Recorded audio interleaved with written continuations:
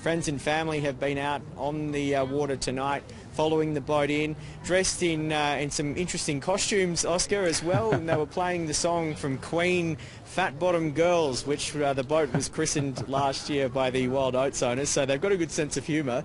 And Christy Hinds, one of the co-owners of the boat with her husband Jim Clark, was dancing on the back of the boat. So the celebrations had already begun as they were making their way up the Derwent. Of course, it's the victory that almost didn't happen, because just hours after the race began, Comanche suffered an injury, if you like. Yeah, it's not a bad way to put it. An injury that was healed reasonably quickly, and they were able to continue. That first night of this year's race, Boxing Day night, was the one that really broke the fleet apart. Over 30 yachts had to retire after the first night of racing. Wild winds off the New South Wales south coast for a lot of competitors, and that's what put the main challenger to Comanche, the 8-time line on his champion Wild Oats 11, out of the race. Perpetual Loyal, another Super Maxi, was taken out on that first night.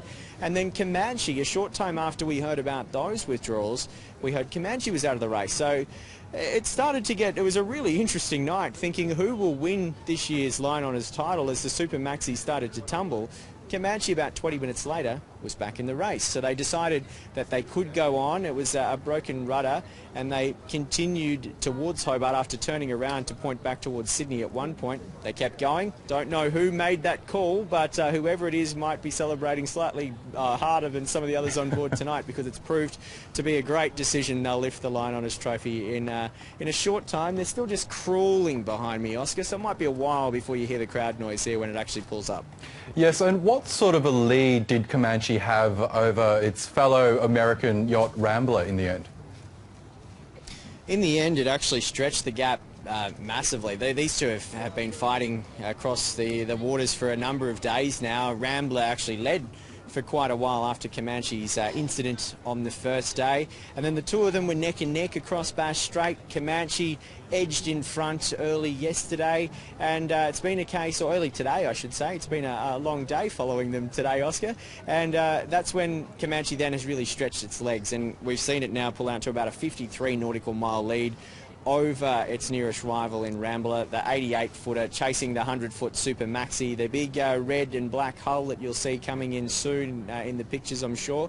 But Rambler still sits second. Chasing it is Sid Fisher's Ragamuffin 100. Sid Fisher, the oldest competitor in the race at 88. It's his 47th trek from Sydney to Hobart, so if you need anything from Sid Fisher in the late December period, you know where he's going to be. He sits third at the moment, and there's a chance we may still get a race down the Derwent tomorrow if Ragamuffin can actually challenge Rambler. That might be the interest tomorrow morning, which now looks like Rambler, the second place yacht, we mightn't see until about 10 a.m. tomorrow. And we are seeing some live pictures of the yachts there, but can you tell us about the conditions that the second place getter and the other yachts are about to encounter?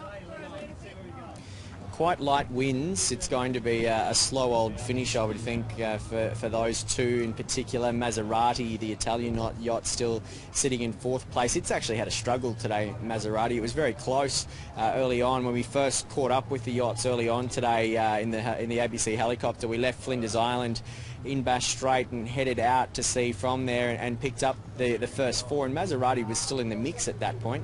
It's fallen behind, so it'll be a while before we see that particular yacht come through. But for Ragamuffin and for Rambler, light winds, about 10 knots is the average expected over the next 12 hours or so. So they're going to have to manipulate the wind to get themselves up once they make the turn at Tasman Island. There's still a journey at that point. Once they turn and point themselves towards Hobart, they're not over. It's not over yet. There's still the trek up the Derwent, which can be slow going if conditions aren't favourable. So look, that's what's coming tomorrow morning, and then it's the race that keeps on giving this one for a little while. We'll see the rest of the fleet continue to filter through after that. Okay, Scott, thank you so much for that update. No. Let's go to Asia now, where South